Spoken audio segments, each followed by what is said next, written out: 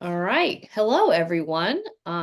Welcome to Graze on Over. My name is Ellen Harrell, and I am the Director of Marketing and Communications for the National Grazing Lands Coalition.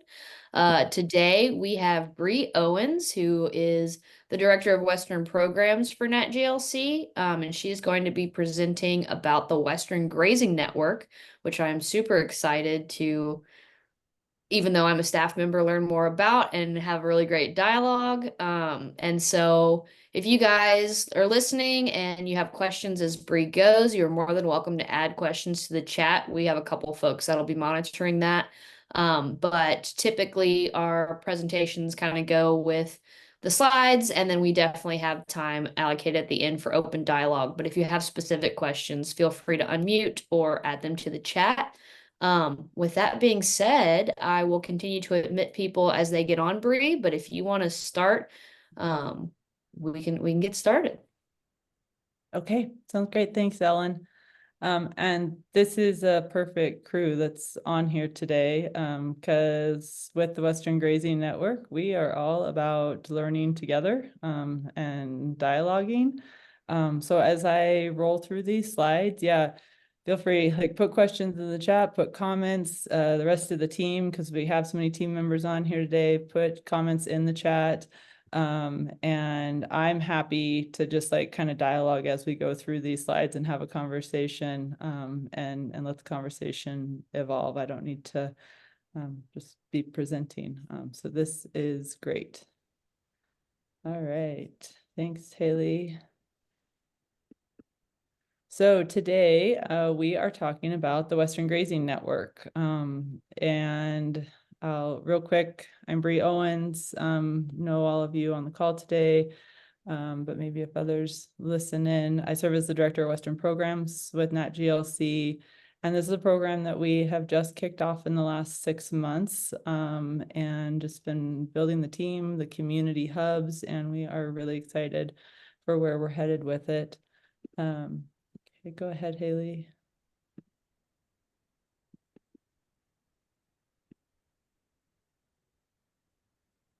So our tagline for Western Grazing Network, and we'll come back to this over and over and over, it is people, place, and profit. And this is really the core of this program. It is founded in communities and landscapes and sustainability, which requires profit for reinvestment in landscapes and communities.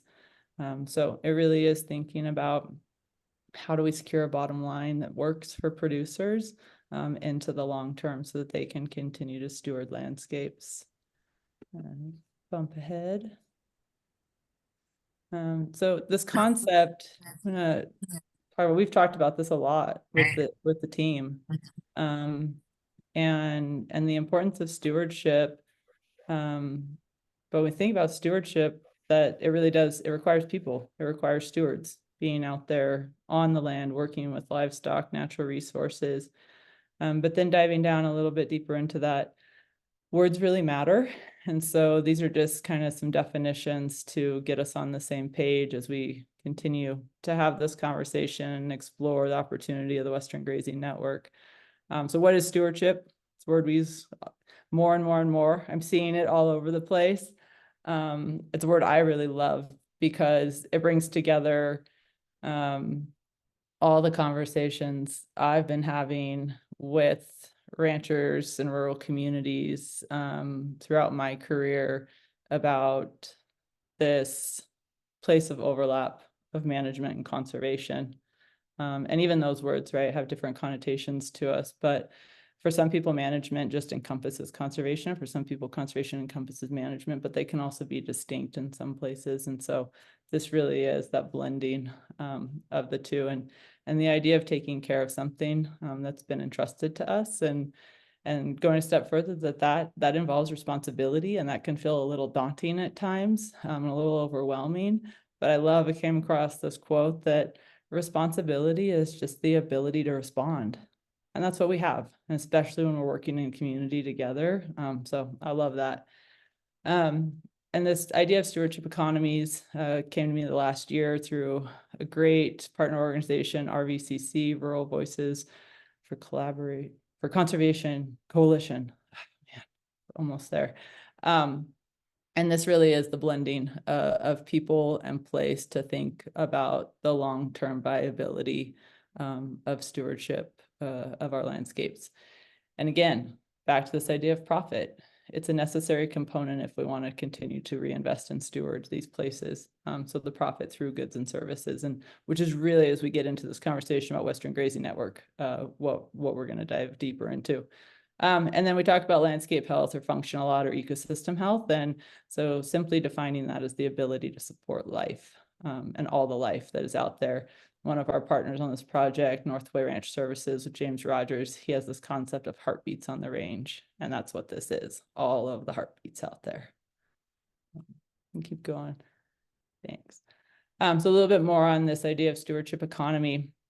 I think we're all really familiar with this Venn diagram of the three-legged stool of sustainability, right, of bringing together that social, ecological, and economic piece. And this is kind of how it's always been presented to me on the far left of the slide, that it's a pretty narrow, like small bullseye, usually that's represented of that overlap. And that's what we're shooting for. And if we start to actually explore where there's a bigger overlap in those concepts and in that space, and how then can that move us into this idea of people, place, and profit, and what can that overlap look like on our rural landscapes. And I think too, again, back to like words matter. Social, ecological, economic, they're good words. They're great. Like we all use them. They're a little academic. And if we just get into like everyday terms and really think about, you know, using the term people rather than social, it's like that's me and my neighbors, and that's me and all of you on the call today. So it just kind of brings it home, I think, when we can use words that really resonate in our everyday language. So this is what we are working towards, that far right of that optimizing that overlap. And that's when we can get to a stewardship economy. Move forward. And that idea, it came to me also from Wallowa Resources, who works with RVCC. So just want to acknowledge them and credit them. And you're going to see this throughout. There's these concepts, even like that stewardship requires stewards. I got that from Chad Ellis. I don't know if he got it from somebody else, but right, I love this too, about thinking about networks and how these ideas and concepts work their way through the network and come back. And you know, we see them over and over, and they start to have more and more meaning as we share them and have this common language and dialogue. So, okay, so this idea, this network, and then these hubs, and this is a very intentional structure of the Western Grazing Network. We have network-wide partners, obviously National Grazelands Coalition. We are hosting this network, facilitating it through funding from USDA, the Partnerships for Climate Smart Commodities. We also work with Working Lands Conservation, a nonprofit science organization based in northern Utah, and Northway Ranch Services, a rancher-led and owned small business that offers a data platform. And we'll get into a little bit more of that about the services they offer to ranchers. Our local hub partners, this is really critical to the flexibility of this network and also the accountability that we're trying to build, that it is grounded in local relationships. And this is through Indian Nations Conservation Alliance, Central Colorado Conservancy, and Northern New Mexico Stockmen's Association. And then as we think about the opportunity of expanding this, who are those other local partners that align with this vision and are already working in communities. Back to like that stewardship economies, when I was introduced to that language, what I loved about it is this is what I feel like we have been talking about for years, and it just put language to it. And I think you'll see, like, as we go through this, a lot of the concepts are framing. They are things that we have been talking about. This is all built on conversations that have been happening for years, and ideas and concepts from people all over the West that are working in communities, that are ranchers themselves, that are, you know, asking for ways, these enabling conditions to be successful in their stewardship. So that's just a critical piece of it. Okay, so we are kind of grounded in these 4 pillars. This is how we are delivering this opportunity, this grazing network. And again, the network and community-based hub approach is critical for that accountability with flexibility with accountability. Again, not a term I came up with, not a concept. That's another one that I borrowed from James Rogers. And it's fun to see other entities and groups pick it up and evolve with it and take it into these conversations. Producer-led implementation is another key component through some financial assistance. But again, these are co-developed grazing strategies, grazing plans, conservation plans. So the producers really holding an integral role in developing that conservation strategy that they're going to carry forward on their landscape with some support from local coordinators that are based in their communities. The MMRV approach, we chose to take a pretty robust approach, and I'll get more into that. And then, of course, the opportunity with this climate smart commodities funding was to also focus on the marketing aspect and provide folks with support there. So we'll get into some more of the details of how we're approaching that. But those are our 4 pillars. And we'll keep coming back to them. Okay, so that first pillar or second pillar these are basically the practices, the activities that are available to producers in the existing hubs. Everything is grounded in grazing management. The enhancement, building up, building on what folks are already doing with their grazing management, and being able to add some of these facilitating practices, really thinking about stock water. Do we have what we need out there to be able to be more flexible with our grazing? And then there's some other, what NRCS refers to as accelerating practices. And so can we move this along a little bit faster with things like brush treatment or range planting, pasture and hay planting? But I think you're all probably pretty familiar with this set of activities. We'll keep going. And if you do want to learn more, and I know there's a lot of detail on some of these slides in particular, all of this information is available on our website, and it's down there at the bottom. Just go to grazinglands.org, and you can either go to programs or just directly into Western Grazing Network, and that'll get you there, and you can see all of this in its detail. Thanks, Ellen, for putting it in the chat. So as we think about grazing management, we working with Working Lands Conservation on some other projects and projects that they've been working on. We are starting to see some really, really great data showing the relationship between grazing management and ecosystem services, particularly soil carbon, and what we can gain when we get really intentional about our grazing. I think, we're all aware we have this kind of legacy of grazing, particularly in the West on rangelands, on arid and semi-arid landscapes of in some cases overuse. In some cases, it's not necessarily, we can get into the nuance of overgrazing and what is overgrazing. But essentially where we haven't been grazing some of these locations to the best of our ability. And it's a whole lot of reasons why, right? And then we see there is some effort by some groups to remove grazing. And there's even some carbon market protocols out there that are based on the removal of grazing.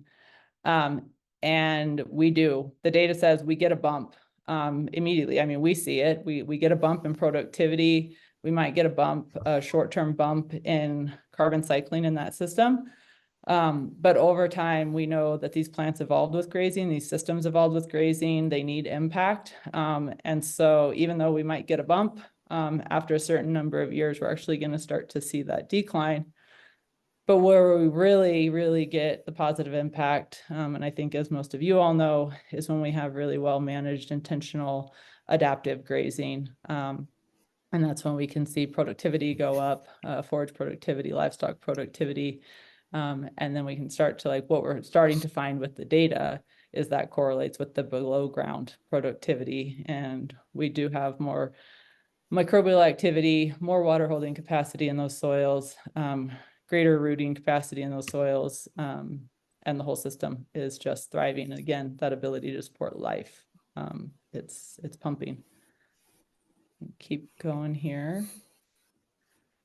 So again, back to just kind of this grazing systems, thinking about, we know there's some really basic principles. We know that our timing, intensity, and the duration of how we graze influences the outcomes and what we can achieve.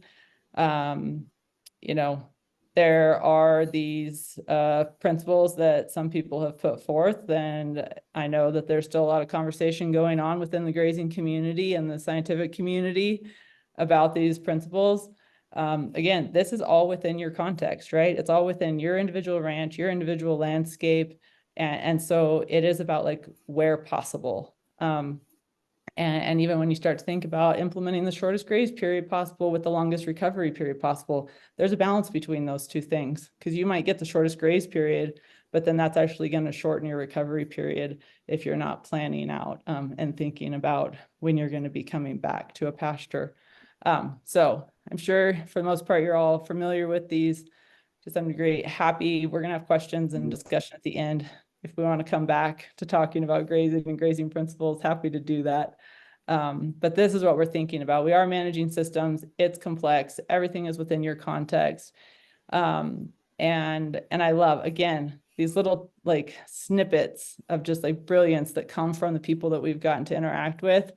We are managing systems, and in systems, efficiency is not resilient. And so oftentimes we're shooting for efficiency, but in the long term, it can actually, there's some unintended consequences of that. And so and that came from the rancher philosopher, Mark Pratt, based in Idaho. Jump to the next one. So that next pillar, MMRV, again, we decided to go with a pretty robust approach. And this is the MMRV is measurement, monitoring, reporting, and verification. So this is not just about the soil monitoring, the soil sampling that we are doing.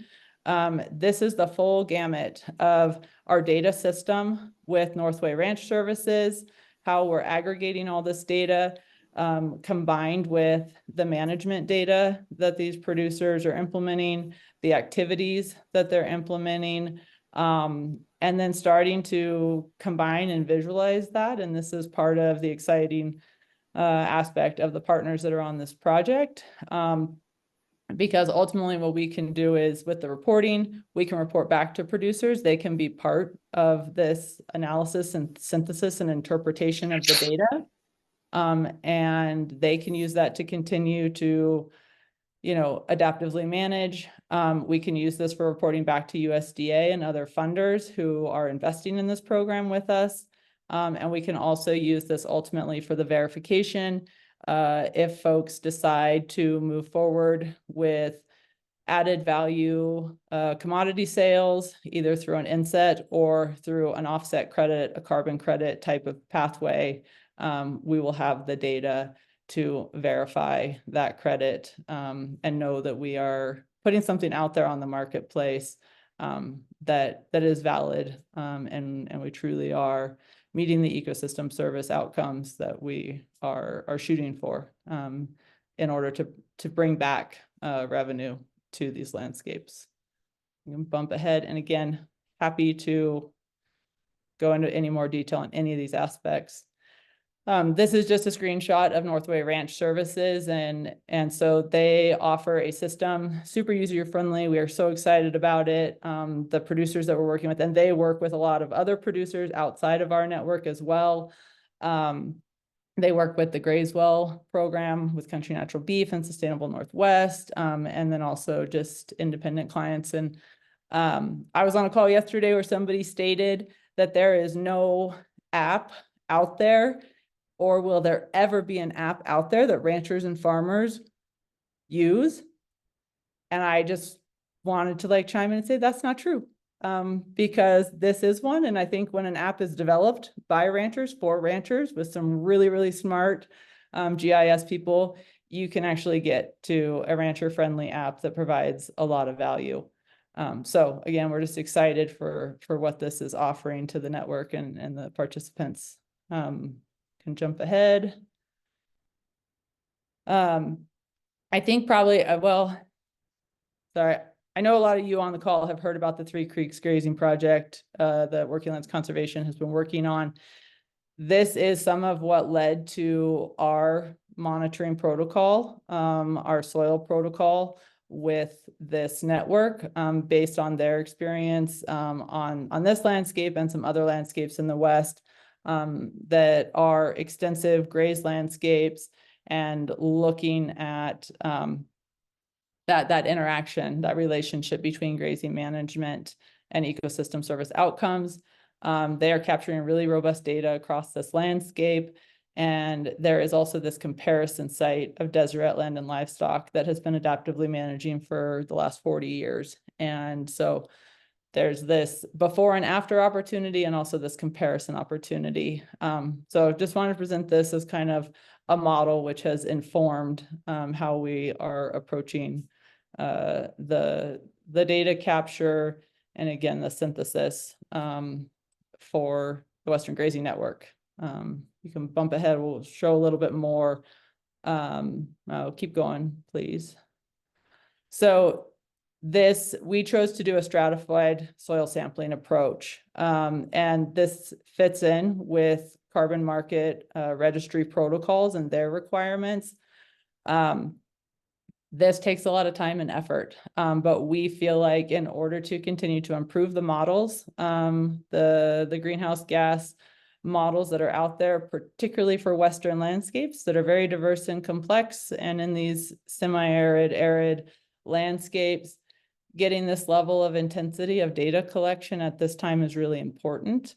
So the stratification approach is basically we look at, and the Working Lands team, I want to acknowledge Megan Nasto is a rock star soil scientist, and she does all this work in the background before we even get out to the field to start collecting samples.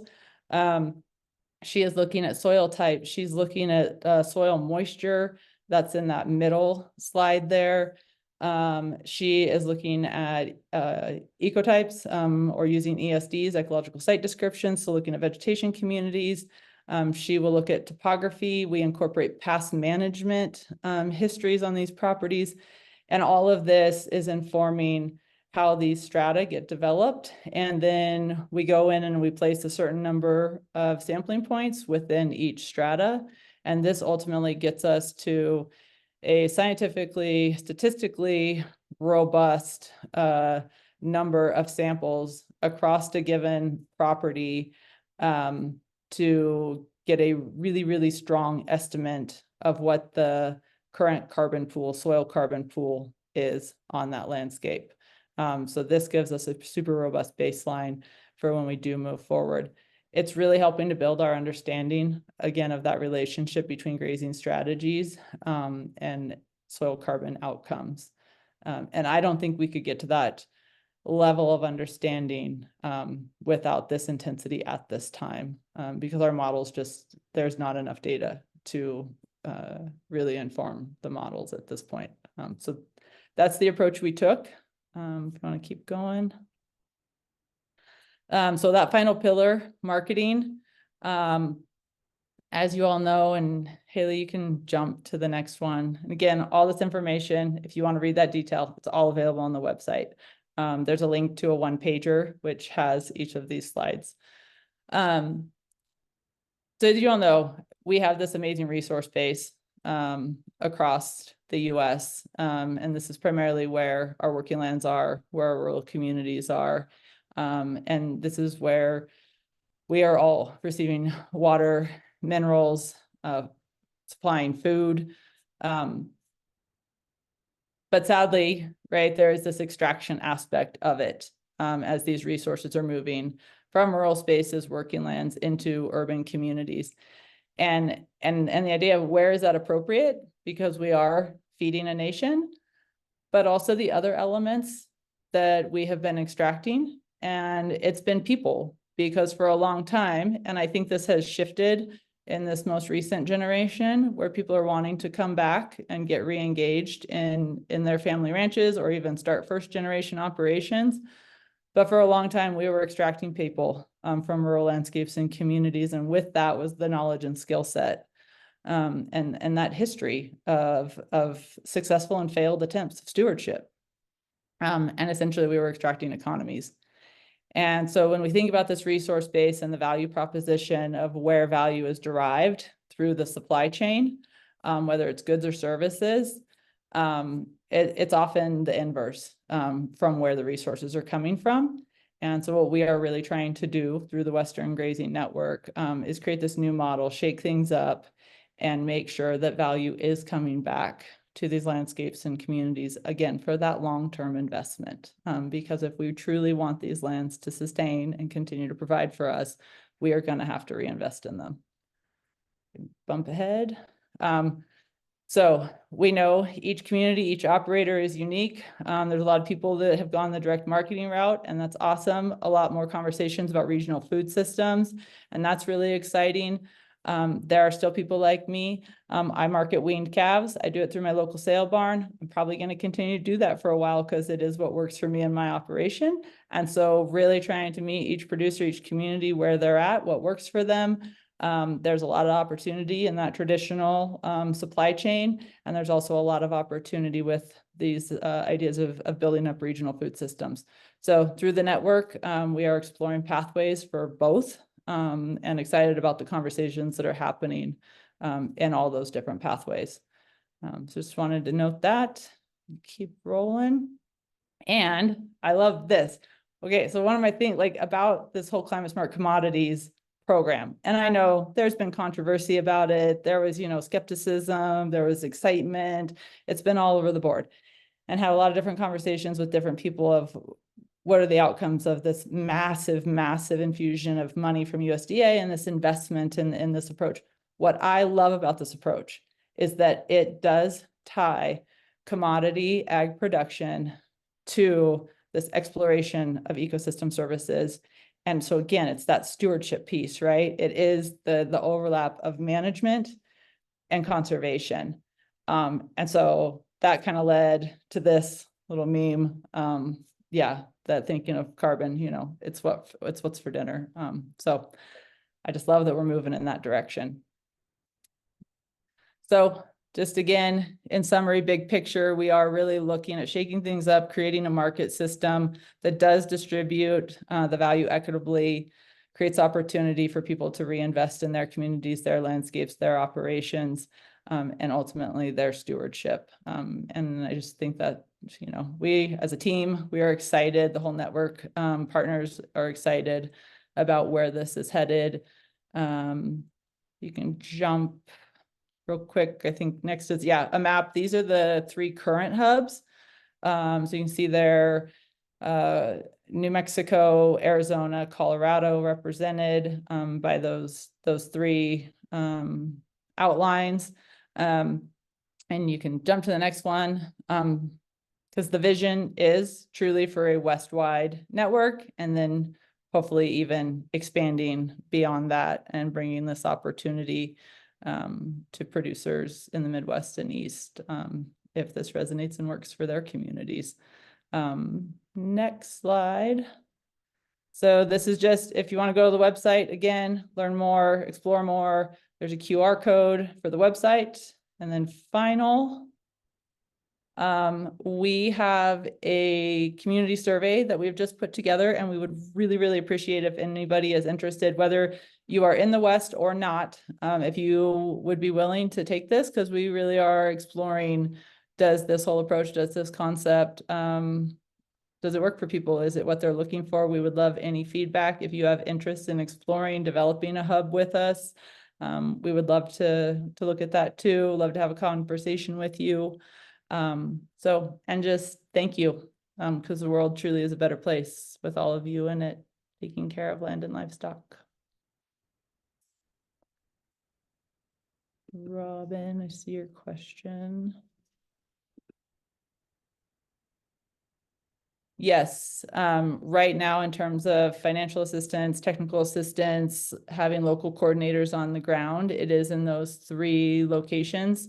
But again, looking at ways to expand the framework of it, the opportunity, certainly in California, I think there's a ton of opportunity. Alex and I have talked a little bit about it. So would love to have a follow-up conversation with you and Alex and others out there to see, yeah, what a hub could mean for California. And also we're looking at, we know there are existing programs out there that are fully aligned with this and are working on similar strategies.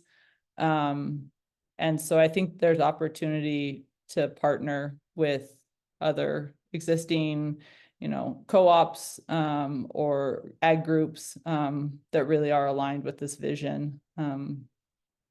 We can get really creative with how we bring this whole thing together.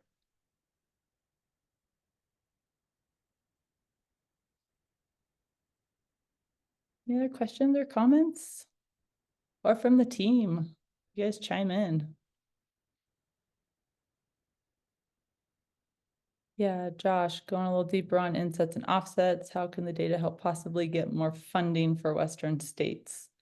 Yeah, so ecosystem service markets are certainly a topic right now that a lot of folks are exploring and discussing.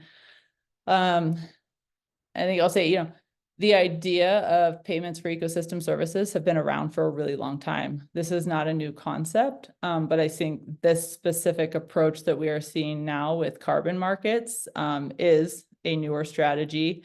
But there's been programs, mitigation banking, easements are another form of paying for ecosystem services and recognizing the stewardship that working lands are providing and the people who manage them. But this idea of ecosystem service markets is a newer opportunity. And there are these 2 pathways, this idea of insets and offsets. Insets is when it is in line with a supply chain. For example, if we have supply chain partners, processors, who need to generate offsets because of the greenhouse gas emissions associated with, producing, getting meat on the grocery store shelf or on people's plates, then going back down that supply chain, any greenhouse gas emission reductions or sequestration, capture could be considered as an inset within that supply chain. Offsets are when it is separated from outside of that direct supply chain. So that might be entities like airlines, some of our big international retailers are right now, playing in this voluntary carbon market space and purchasing ag-based or nature-based carbon credits. So those would be considered offsets when they're not within the supply chain.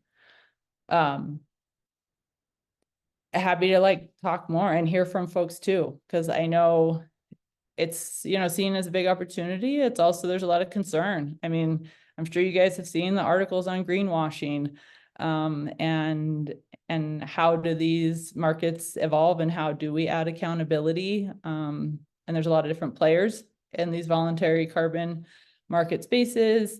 And then there's also other ecosystem markets being explored. In the past, there has been water quality marketplaces. They've kind of ebbed and flowed and been successful, not successful, had their challenges. Also, people right now are exploring biodiversity credits, which I think would be a really interesting one for the West, because as we look at still, the habitat, the complexity of our landscapes in the West, the biodiversity piece is really huge for our landscapes. So.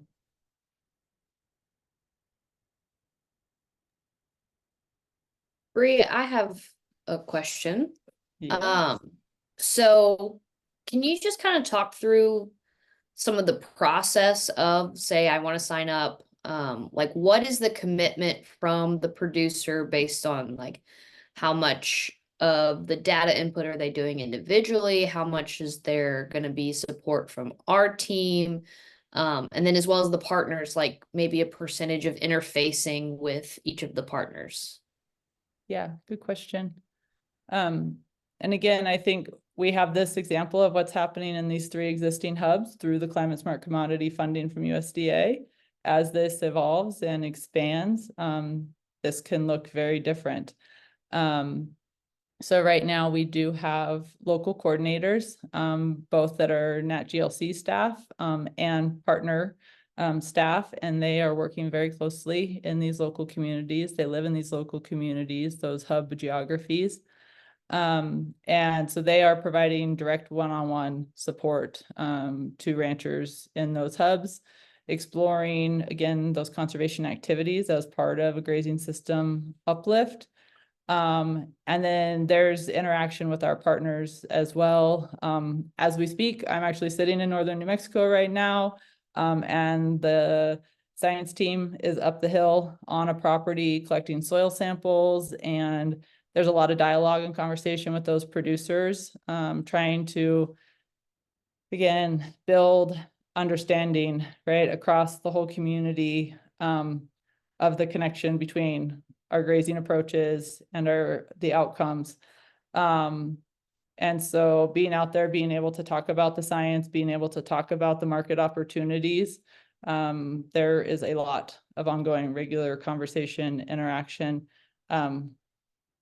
We like that. We think it's important. I mean, we know how much nuance there is to managing grazing systems, managing ranching operations.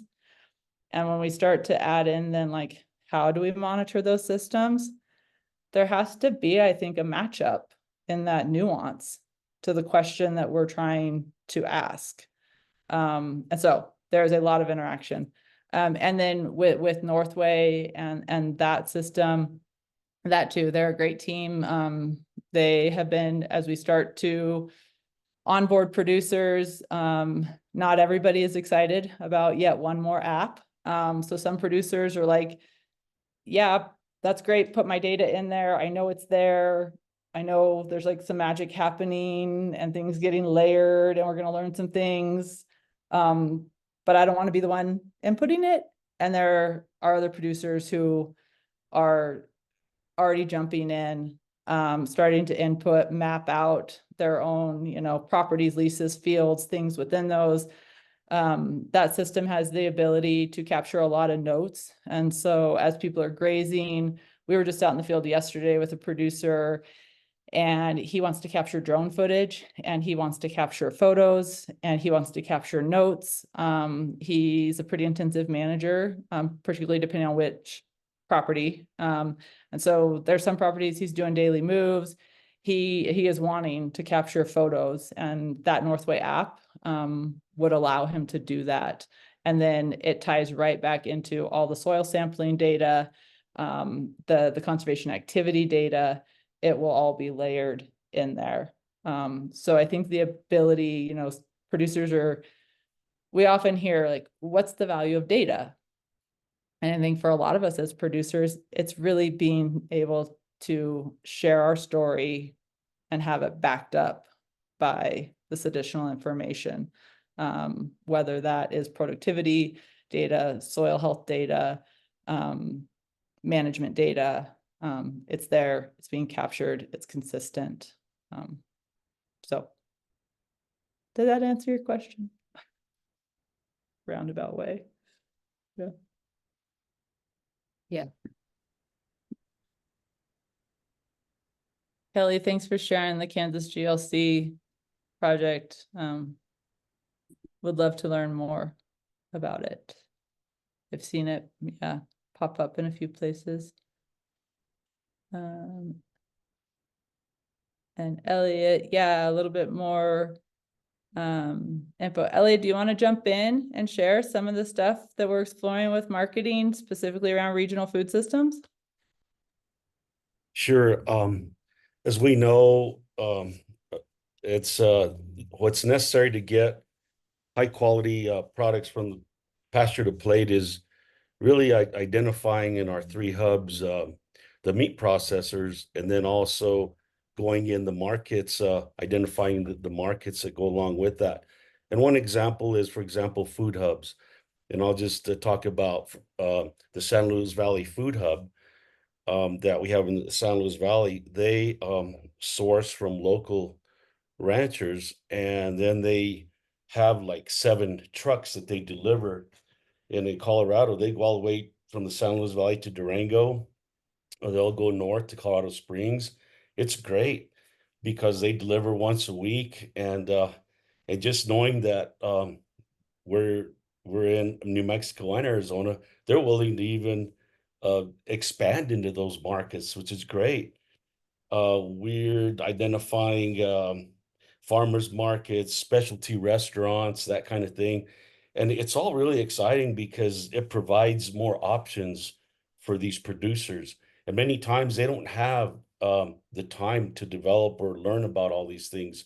So I think that's a great thing that WGN is doing, and we have all the support, from Bree and the coordinators and everything. We all come together to bring that data together, and we're able to be able to put something in motion. And I think we're well on our way, and we are already developing some resources that even farmers that have their own marketing can improve their own marketing. People that don't have marketing, they can work with us, and we can take them down that pathway to help them. So I think all in all, it'll be exciting to see what we develop, and we've been at it in a very just for a short time, 4 months or so, but I think we're already progressing quite a bit. Yeah, definitely. We're moving fast. It's exciting. Elliot, I went to Sid's last night, got some burger. I got sweetgrass burger, and we had it in our spaghetti last night. It was pretty delicious. Oh, that's exciting. Yeah, You some know, good and local going beef. along that, I was at a restaurant this last week here in the valley, and I looked at the menu, and it had grass-fed burger at $2.50. That's pretty exciting. I mean, when you can share those kinds of things with the people we're working with, I think it motivates them to keep with these climate smart protocols. And Josh, you asked, are future hubs all going to look the same? And I think no, they don't have to. Again, this idea of flexibility. And so, yeah, some consistency across the network, in thinking about kind of those 4 pillars and the support that's offered. But maintaining that flexibility, each community, ranching community, each landscape, it is unique. And we all have different things that we're dealing with, good or bad. We have different, state requirements. We have different marketing opportunities based on where we are. So it's not gonna look exactly the same, but I think in general, hopefully the vision, the outcomes will be similar, that there will be a reinvestment in these landscapes and more opportunity for producers to continue to do good work.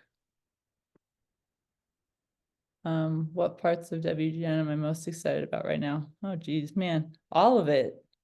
Seriously, I love all of it. I mean, you guys know, like, and so many of you like on here today are in similar situations where we get to work with some of the most amazing people every day and have some of the most amazing conversations. Yeah, Kelly, I was thinking of you when I said that. Like, it's just when you get to talk to people and you get down to this community level. And I just, yeah, both this whole team of this network and the partners, and you guys all know how it is when as you go through this work and we continue and you find people in the larger community of working lands and conservation who just really align. And you just start to like read each other's minds and learn from each other, and explore. I mean, it's so much fun. And I love Elliot. When we went out, we were meeting with some processors in Arizona a couple weeks ago, and hearing their stories, right? This idea of origin story. And Natalie has been really supportive of this with our team and partners. And even last night, sitting here, one of our partners here in Taos, she came and had dinner with us as we're hanging at this Airbnb, and hearing her origin story. And she's now a land manager, working with a local rancher here. It is amazing what brings people to these communities, whether they are fifth generation or first generation. I just hearing those stories and the love that people have for these landscapes. And it's just the funnest thing ever. Yeah.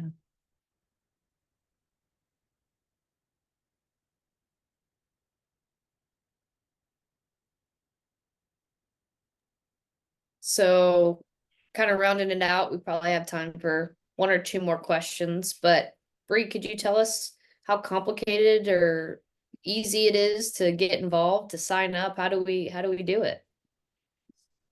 Well, if you're in one of those current hub geographies, super easy.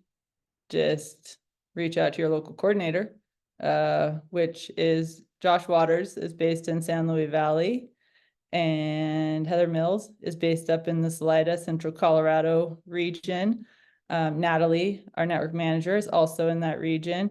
We got Lawrence Gallegos down in New Mexico, and Jesse Lefevre. Probably said that wrong, Jesse, I'm sorry. Also in northern New Mexico, over on the Rio Chama side. And then the team at Inca, Delanat City, Sadie Lister, are working with Navajo Nation and the other tribes, and with NAPI and that geography. But then if you're outside of the current hubs, please reach out to Natalie or I, and we would love to explore opportunities to take this vision broader. If you want to talk about marketing, right now, Elliot is our regional food systems manager. We are bringing on another person, Ian Chamberlain, to support some of that work. And we also, if you want to talk about commodity supply chain and partnerships there that we're exploring, I can talk to you at this point about some of that. Yeah. And yeah, there's if you go to the website, you can get there. You can just email or call us. Also, our contact information is on the website. And if the community survey, there's a link to it from the webpage too. Yes. So if you go to the Western Grazing Network from NatGLC programs, you can find, thanks, Josh. We are all first name at grazinglands.org. So it's pretty simple. But yeah, you can find that community survey too. So lots of ways to get in touch. And yeah, thank you for taking the time to listen in, and thanks for the team for being on. I know there's so many other great programs out there right now, and I guess Haley, back to like just even beyond WGN, like, you know, everything ebbs and flows, and right now we are in this big uplift moment around ag and working lands and conservation, and it is so exciting to see us be in this time. And I've seen these efforts, you know, throughout, and like we went through the really big challenges of like cattle free in 93. And, you know, if you live in the West, you know what that was all about. And then we got back to a time where like grazing became popular again. And thank you to the big partners out there in the world of like TNC and WWF. because part of that opportunity and that storytelling of the role of grazing on these landscapes, on our grazing lands, grasslands, rangelands, there's just so many people working on it together and in collaboration. This is no one entity doing it, and that's how it's going to have to be if we're going to be successful long term. So yeah, thanks you guys. Everybody have a good day. I'm gonna go dig some Yeah, thank you soil all. pits. Thank you, Bree. Thank you guys. for joining, and we will be posting the recording soon so you can share it with your networks. Appreciate it.